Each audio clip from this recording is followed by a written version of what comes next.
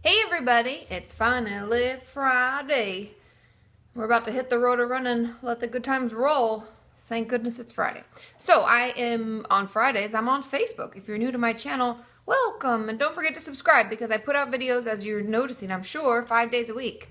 And you don't want to miss any of them because you never know, your question might get answered.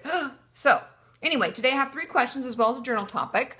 Without further ado, the first question is, hey Katie, I am 18 years old. I was raped for 7 years by my neighbor since I was 11. Last session, I told my therapist all about it, but every time I think about it, I regret telling her, and then I start cutting. How can I stop feeling regret and start feeling like she's going to help?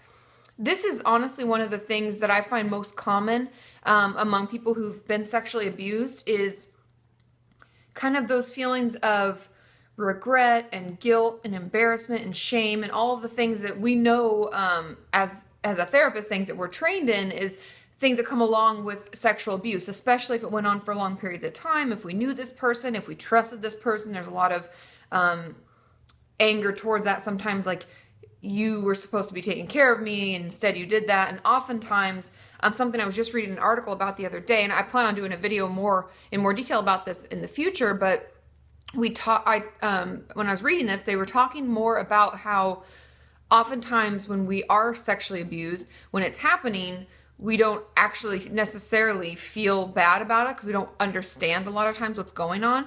The shame, the guilt, the anger, all that stuff comes later when all of a sudden we realize what was going on. And so oftentimes, in my experience, and you can all correct me if I'm wrong or let me know what your experience has been, but when I've had clients talk about it, a lot of them express just like this person is saying that once they've started talking about it, then they regret it and they feel bad about it. And I've talked a lot about how sometimes when we start working through things get worse before they get better because we've been hiding these situations and stuffing the emotions down, and we haven't been dealing with it. And once we open it up, it can feel very overwhelming because we'd prefer to go back to the way that it was before, where everything is, stuffed and we're okay. And so that's most likely what is happening, is that the first time we've started to talk about it, it's really hard. But stay the course. Something that can help is journaling about the process. I know a lot of you are like, Katie, I freaking hate journaling. Stop telling me to do it. But there's nothing better than writing things down and actually going through the process with ourselves. Another thing that can help stick the course with this is mantras.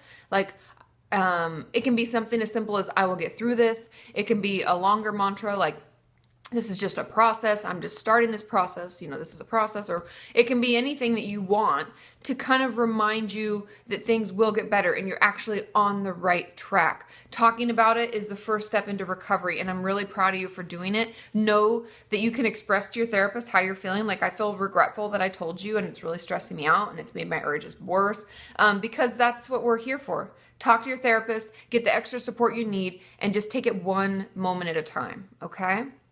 Question number 2. Hi, Katie. I am experiencing what I believe to be OCD. I will be seeing someone to confirm, however, from asking other OCD sufferers and doing research, I'm pretty certain that that's what it is. I'm glad that you're going to see someone to confirm.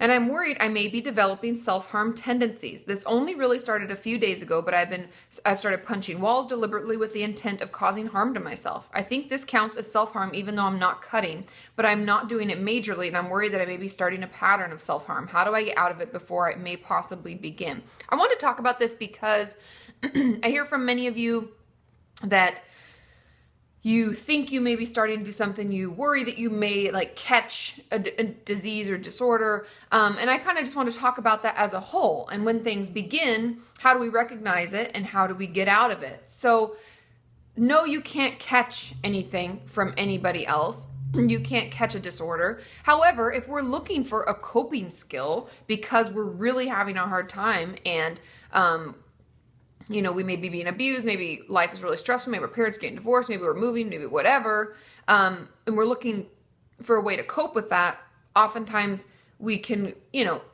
try self-harm, try eating disorders, try our anxiety, depression, all the things that our brain may do to try to help us cope can come up, and we can utilize that as a way to cope with it. Now, it sounds to me in this case that a lot of people punching walls, it is self-harm. Just so you know, cutting isn't the only form of self-harm. It's just the one that we I guess, talk about the most. Maybe it's the most common. I actually don't know the statistics, but there are many ways we can hurt ourselves. If you think for just a second, there are a lot of ways we can hurt ourselves, and I count them all the same. The way that we can get out of it is when you have those urges early on, is doing something else instead. Utilize a healthy coping skill. Try today to pick 5 different ones, whether it's, going for a walk, calling a friend, any kind of art, if you like music or coloring or painting or anything like that. Finding something that helps you cope will be really, really helpful, and doing that instead, and do all 5 if you have to before you resort to punching, and do your best to put it off, because the thing is we get caught in a routine. And I talked a long time ago about our brains, how I think of them as like balloons filled with sand, and as we have this trigger, or whatever the trigger is, let's say stressful situation, and we think I'm going to punch a wall and I'll feel better, the more we actually do that and make that connection, the more this marble is rolling from one to the other and getting deeper in the sand and making it harder for us to make other decisions. I don't know if that's clear, but that really helps me see how because our brains are really adaptive, and we know as humans we're very adaptive. And so as we do things more and more, it becomes like a knee-jerk reaction instead of a choice. And right now in the early stages, you still have somewhat of a choice. And so we're going to choose to do something else. And hopefully that helps. And if any of you had ways that you got out of it early and you would like to share, as always, share your tips and tricks, okay? Last question. Hey, Katie, I was wondering why we self-sabotage and how to stop. Every time I'm doing well in my eating disorder and self-harm recovery, it's like I flip a switch and I spend days or even weeks undoing all of my hard work, and starting over is even more devastating each time. I think it's partly because I'm scared that my life won't be better, or I still won't be happy once I'm recovered, so it's safer to stay sick. But this isn't what I want. How do I get over it? Please help.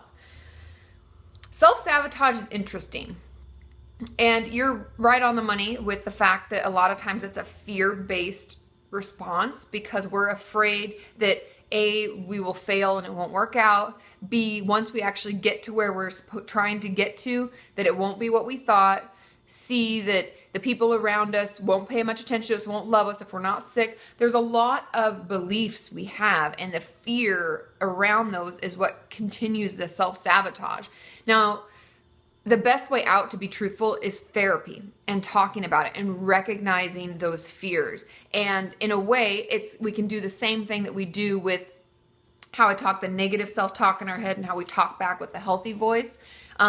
We can do that for these self-sabotaging voices, because I would bet, if I was a betting woman, I'd put money on the fact that before you actually take any action to undo all your good work, you have a lot of negative self-talk going on. It might be for the day leading up to it. It might be for the week leading up to it. It might be a few hours leading up to it. But I have a feeling that when we self-sabotage, we usually tell ourselves, this person isn't going to love me, or this isn't going to work out, or I'm never going to get where I want to get. And there's all these negative things. And then boom, we're overwhelmed. We don't believe in ourselves anymore. We don't believe in our recovery and all the amazing work we've already done, and we sabotage it.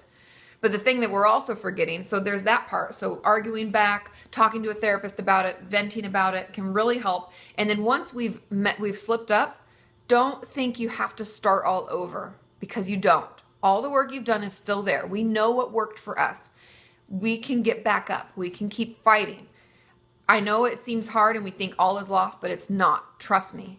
All the insights you gained, all the work you've done is still there when you fall down. And you can get back up and start right into it again. You don't have to start all over from the beginning. You can start where you left off, okay? Now, the journal topic today is another one from my mama, because my mama has some really good quotes, and she's really good. And she said that this is something she's working on. So I thought, if she's working on it, we can all probably, use some working on. And it says, patience is the calm acceptance that things can happen in a different order than the one that you have in mind. And that's by David G. Allen. I just thought that's really great, because I am guilty of I'm a planner. I'm like an extreme planner, and I like to plan my whole life out, and it never works out the way that you planned. And it took me a long time to figure out that I had to stop planning and be patient with it and allow it to unfold on its own. And so that's what I would wish for you this weekend. Take some patience, enjoy the process, allow yourself to be in the process, and know that that's okay.